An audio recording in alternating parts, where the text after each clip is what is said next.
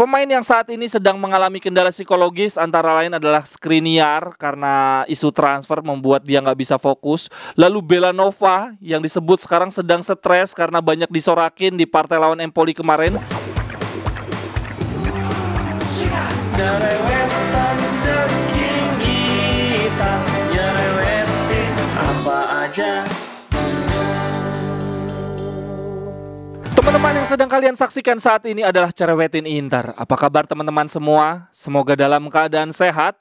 Aduh, pekan ini rasanya sesak banget ya, nggak enak banget. Masih tersisa rasa-rasa sedih kekalahan lawan Empoli.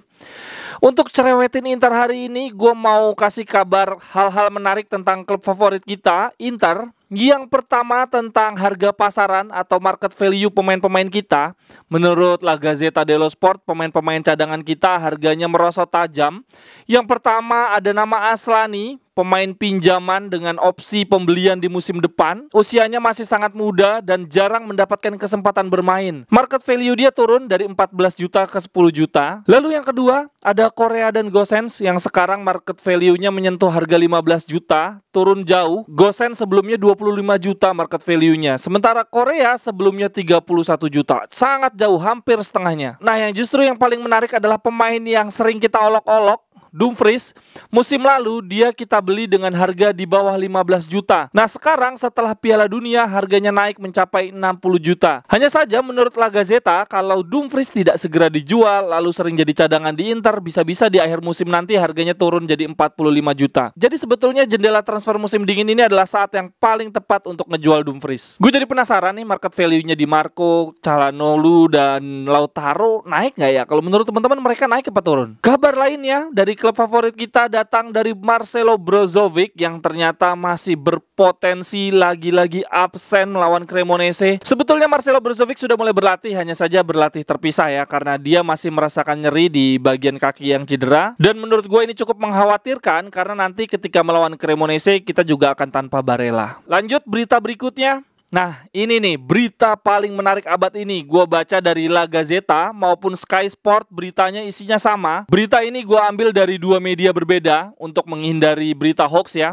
Kalau menurut La Gazzetta dello Sport, Nottingham Forest memulai diskusi untuk merekrut Lord kita, pemain kesayangan kita, Roberto Gagliardini di Januari ini. Di artikelnya Gazzetta menyebutkan bahwa Inter menyambut baik tawaran Nottingham Forest, siap mendengarkan tawaran apapun.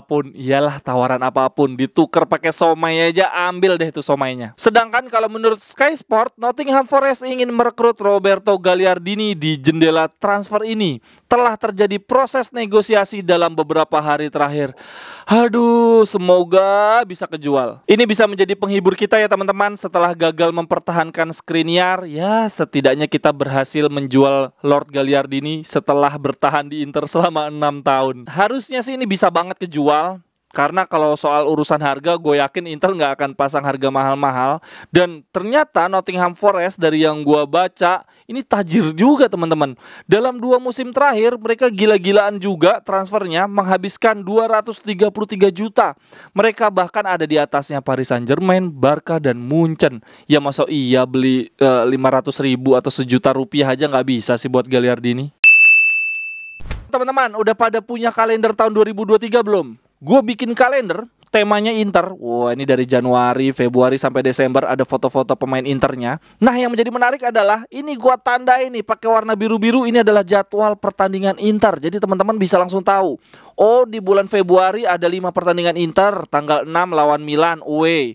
Kemudian tanggal 14 lawan Sampdoria away. Nah, kalau teman-teman di sini lebih suka kalender dinding, gua juga jual versi kalender dindingnya, lebih besar, lebih gampang dilihat. Oh, bulan Januari Inter main 1 2 3 4 5 6 7 pertandingan di bulan Januari. Di tanggal 19 ada lawan Milan final Supercoppa. Jadi kalender Inter ini tidak hanya berisi informasi hari raya, ada full informasi jadwal pertandingan Inter sampai dengan akhir musim. Lalu harganya berapa? Harganya sama ya, kalender meja 50.000, kalender dinding 50.000. Kalau mau beli dua-duanya 90.000. Nah, yang menjadi menarik lainnya adalah sebagian keuntungan dari penjualan kalender ini akan gue sumbangkan ke panti asuhan. Mungkin akan gue tunggu sampai dengan akhir Januari atau Februari ya, biar nunggu banyak dulu. Nanti kalau jumlahnya ternyata banyak banget, gue akan serahkan langsung ke panti asuhan, akan gue bikin kontennya. Akan gue bilang bahwa ini sumbangan dari anak-anak Inter ya, dari teman-teman cerewetin Inter. Anggap aja ini sebagai bentuk aksi sosial kita di awal tahun 2023. Sekali lagi ya teman-teman, silahkan dibeli kalender Inter, harganya 50.000. Ada kalender meja, ada kalender dinding, berisi lengkap jadwal Inter. Gue jual di Tokopedia, link pembeliannya ada di kolom deskripsi. Terima kasih banyak teman-teman, Forza Inter.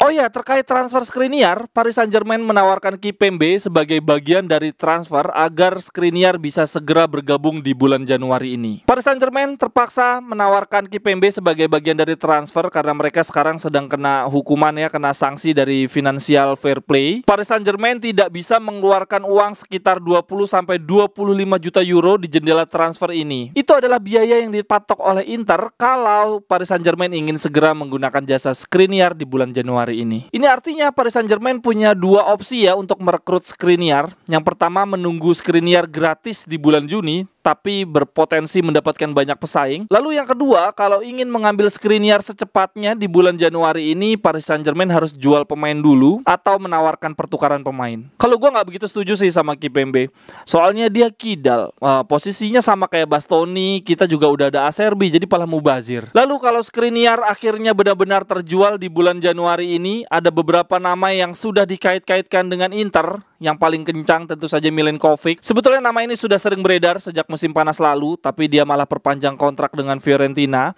Lalu ada nama Thiago Jallo, backnya Lille. Lalu ada Rodrigo Becao dan Giorgio Scalvini. Kalau teman-teman pilih yang mana? Terakhir untuk cerewetin Inter hari ini, Sky Sport membuat analisis tentang permasalahan pemain Inter di paruh pertama musim ini. Menurut mereka ada dua kategori masalah. Yang pertama adalah masalah psikologis dan yang kedua fisik. Pemain yang saat ini sedang mengalami kendala psikologis antara lain adalah Skriniar karena isu transfer membuat dia nggak bisa fokus.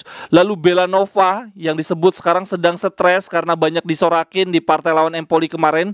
Dan yang terakhir adalah Korea. Kalau Korea ini emang masalah psikologis sejak lahir, kayaknya parah banget pemain ini. Lalu selain soal psikologis, pemain Inter juga ada yang mengalami masalah fisik atau cedera fisik seperti Lukaku, Brozovic, dan Dumfries. Silakan teman-teman pendapatnya tuliskan di kolom komentar. Sampai ketemu di cerewetan-cerewetan berikutnya. Bye bye, thank you.